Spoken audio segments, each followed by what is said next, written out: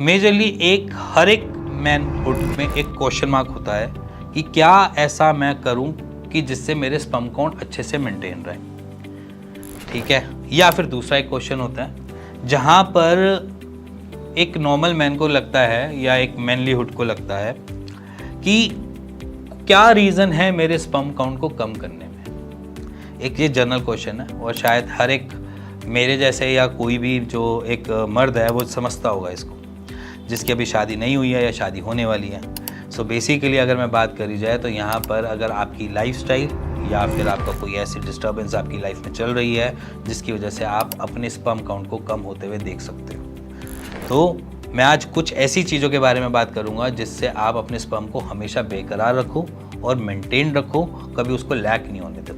तो सबसे पहले कुछ रीज़न्स होते हैं, जैसे कि मान के चलो अगर मेरा न्यूट्रिशन डेफिशिएंसी है, मेरा खाना मेरी शरीर पे नहीं हिसाब किताब से लग रहा, उसके पीछे रीज़न कुछ भी हो सकता है। या मैं आईबीएस का पेशेंट हूँ या फिर मैं खाता ही नहीं हूँ ऐसा खाना जहाँ पर मेरे को न्यूट्रिशन मिले।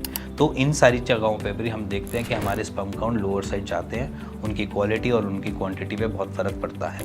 ऐसा नहीं है कि मैं ही कह रहा हूँ, आप चाहे गूगल पे जाके स्टडी कर लो, चाहे कहीं पे भी जाके स्टडी कर लो, कि आपके स्पर्म काउंट को डाउन करने के लिए आपकी डाइट बहुत ज़्यादा निर्भर करती है कि क्या किस जगह पे आपके स्पर्म काउंट बनेंगे और बढ़ेंगे और कहाँ पर वो नेगेटिव में जाएंगे। तो सबसे पहले डाइट के ऊपर बात कर लेता हूँ। मैं आपके सामने एक डाइट प्लान दे रहा हूँ, प्लीज़ इसको स्क्रीनशॉट ले लेना और ध्यान से ले लेना, क्योंकि अगली बारी कभी भी आप कुछ लेने जाओ मार्केट में या कुछ खरीदने जाओ तो कुछ ऐसी चीज़ों से ज़रूर लेना जिसमें हमको रिक्वायरमेंट होती है जिंक की, पहली रिक्वायरमेंट, सेलेनियम की हमारी रिक्वायरमेंट है, प्रोटीन की हमारी ज़रूरत है, शरीर को भी ज़रूरत है, इसी के साथ विटामिन डी, B12 और विटामिन सी की। तो ये सारी कुछ चीज़ें हैं जो हमको इन सारी डाइट प्लान में जो आपको मेंशन की हुई है, ये सारी चीज़ें हमें मिल जाती है, जिसकी वजह से हम अपने स्पर्म काउंट को अच्छे से मेंटेन रख पाएंगे, उसकी क्वालिटी से लेकर उसकी क्वांटिटी तक।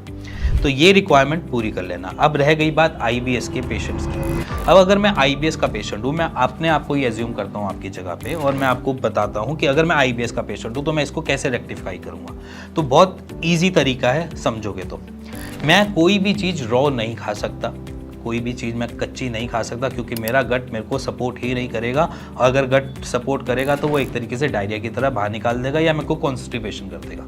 तो मैं यहाँ पर ऐसी चीज़ों को खाऊंगा जिससे मेरे को न्यूट्रिशन सबसे ज़्यादा मिले और मैं सबसे ज़्यादा उससे न्यूट्रिशन गैदर करके अपने शरीर में लगा सकूँ। जैसे कि आपके सामने हैं सूप्स। अगर आपने कुछ लेना है, ज़्यादा से ज़्यादा प्रेफर करो सूप में।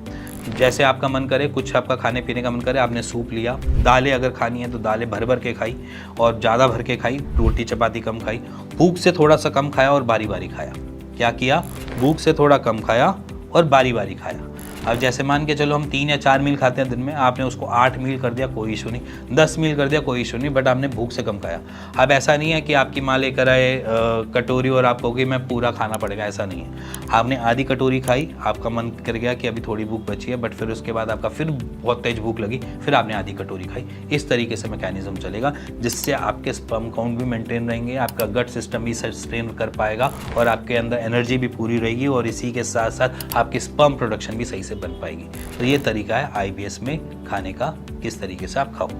अब रह गई बात यहाँ पर, जो लोग बहुत ज़्यादा गंदी लाइफस्टाइल में, मैं गंदी लाइफस्टाइल क्यों नाम ले रहा हूँ, गंदी लाइफस्टाइल की जहाँ पर आपको क्लब में जाना है, पार्टियाँ करनी है, कॉर्पोरेट की पार्टीज़ होती है, हर सैटरडे फ्राइडे को आपको शराबें पीनी है या आपको अल्कोहल इंटेक करना है, उसके साथ सिगरेट चलती रहती है। अगर आप ऐसी लाइफस्टाइल में हो तो आप परेशान हो सकते हो, अनडाउटली, इसमें कोई अलग दिक्कत नहीं है, बट आप इसमें परेशान हो सकते हो। बट अगर आप ऐसी लाइफस्टाइल में हो तो आपको कोशिश करनी चाहिए अपने आप को बार बार डिटॉक्स करने की।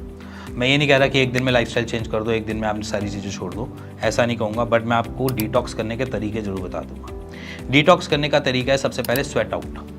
अगर मेरे को अपनी बॉडी से डिटॉक्सिफिकेशन करनी है तो मैं स्वेट आउट जितना ज़्यादा करूँगा उतना ज़्यादा मैं बेटर कंडीशन में रहूँगा। तो इससे पहले कि स्वेटिंग कैसे आएगी, स्वेटिंग के तरीके एक ही है, फिजिकल एक्सरसाइजेस। अगर आप ऐसी लाइफस्टाइल में हो तो आपने संडे से लेकर नेक्स्ट संडे तक हर दिन अपनी फिजिकल एक्सरसाइज को बहुत ज़्यादा सपोर्ट करना है। जैसे कि मान के चलो अगर आपको साइकिलिंग पसंद है तो साइकिलिंग करो, अगर आपको रनिंग पसंद है रनिंग करो।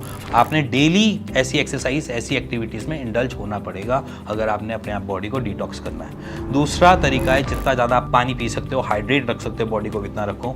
इसी के साथ अगर आपकी डाइट गंदी है इन टाइम में या ऐसे टाइम में आप स्मोक कर रहे हो या अल्कोहल पी रहे हो, तो डाइट को बहुत लाइट कर लो। डाइट बहुत लाइट कर लो, मतलब कि इतना लाइट कर लो फूड कि आपको इजी इनटेक हो जाए और उसकी डाइजेशन सिस्टम अच्छे से चले। क्योंकि जब आप अल्कोहल पी रहे हो तो आपके लीवर पे अटैक हो रहा है पहली बात, और जब लीवर पे अटैक हो रहा है तो उसको अपने आप को सस्टेन करने के लिए आपके अंदर जो खाना जा रहा है उसको बैलेंस करना या उसको ब्रेक डाउन करना उसके लिए ईजी नहीं है। आप उस मोमेंट में ऐसा नहीं करोगे कि मैं चिकन खाऊंगा, मटन खाऊंगा, ऐसी चीज़ें बिल्कुल मत खाओ। और इसी के साथ बहुत हल्का खाना खाओ। हल्का खाना में सैलेड खा लो, कुकुम्बर खा लो, कुछ ऐसी चीज़ों को सेवन करो जिससे आपको लाइटनेस हो और हाइड्रेट बना रहे। तो एक तो सबसे पहली चीज़ समझना कि ये जो तरीका मैं आपको समझा रहा हूँ ये शॉर्ट टाइम पीरियड के हैं। आपको एनी हाउ आज नहीं तो कल छोड़नी ही पड़ेगी अपनी अल्कोहल और सिगरेट को, बट जब तक नहीं छोड़ पा रहे हो तब तक मैं आपको ये सस्टेनेबिलिटी दे रहा हूँ कि किस तरीके से आप अपने आप को बैलेंस करो।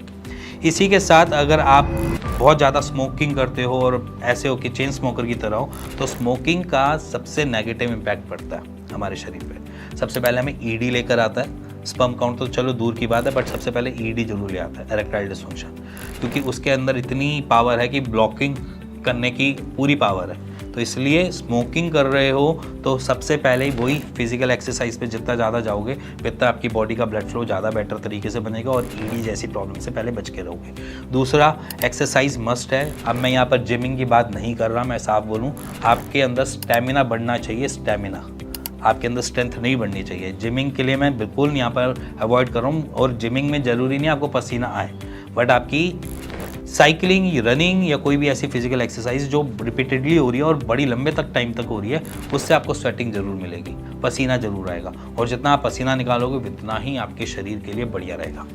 अब रह गई बात यहाँ पर सबसे बड़ी कि वेरिकोसील जो पॉइंट है वो बहुत मेजर है। मोस्ट ऑफ द पेशेंट को पता ही नहीं चलता है, एंड लास्ट जाके पता चलता है जब स्पर्म काउंट बहुत लो हो रहे होते हैं। कभी किसी डॉक्टर ने मेंशन कर दिया उनके प्रिस्क्रिप्शन पे कि आप एक यूएसजी स्कैन कराओ, तब जाके वो यूएसजी कराते, तब क्लियरिटी मिलती है कि वेरिकोसील हो गया। तो वेरिकोसील आपकी स्ट्रेंथ ट्रेनिंग से बनता है, मैंने इसके लिए पूरी वीडियो बना रखी है, जाकर आप वो भी देख सकते हो। अनटिल अगर आप वेरिकोसील के पेशेंट नहीं हो या नहीं बनना चाहते हो तो सिंपली कुछ एक्सरसाइज डेली रूटीन में करनी पड़ेगी। मैं आपके सामने मैं एक चार्टिंग दे रहा हूँ, देखते रहना, करते रहना, इन्हीं सारी एक्सरसाइज से आपको हेल्प मिल जाएगी। इसी के साथ अगर आपको वेरिकोसील इतना डेंजरस लगता है तो अपनी स्ट्रेंथ ट्रेनिंग में कुछ प्रिकॉशनर रखो, जैसे कि सपोर्टर सबसे पहली मस्ट है। दूसरा, अगर आपको कुछ भी ऐसा लग रहा है कि आपकी बॉडी में कि यहाँ पर पेन हो रहा है नाभि के नीचे की तरफ, या टेस्टीज कुछ ज़्यादा हैंग लग रहे हैं, कोई वहाँ पर वेन मोटी सी लग रही है, कोई नीले रंग की आपको वेन्स मोटी मोटी सी महसूस हो रही है, कोई टच करने पे गुलगुला सा या थोड़ा सा ऐसा महसूस हो रहा है, तो समझ लेना वो वेरिकोसील है। और अगर वेरिकोसील अगर आपको ऐसा लग रहा है तो उसके अगले दिन से जिम नहीं जाना, पहले स्कैन करवाने जाना है, उसमें ग्रेडिंग देखनी है, उसके बाद देखते हैं क्या कर सकते हैं क्या नहीं कर सकते। उसके लिए अपने आसपास के किसी डॉक्टर से बात करो, मिलो, जानो उसके बारे में, फिर उसके बाद जैसे वो सजेस्ट करे वैसे आप फॉलो करो। इसी के साथ अगर आपको ये वीडियो थोड़ी सी समझ आई हो कि कैसे हमने ओवरकम करना है अपनी मैनहुड को लेकर, तो वो ईजी तरीका है। और आप जहाँ तक हो समझदार हो, सारी चीज़ें समझते भी हो, तो अपने शरीर के साथ खिलवाड़ मत करो। ज़्यादा से ज़्यादा एनर्जी को सस्टेन करके रखो और ज़्यादा से ज़्यादा उस एनर्जी को यूज़ करो अपने शरीर की किसी भी ऐसी जगह पे जहाँ पर पॉजिटिविटी आए। सो इसी के साथ मिलते हैं नेक्स्ट वीडियो के लिए, तब तक के लिए गुड बाय और स्टे ट्यून दिस चैनल।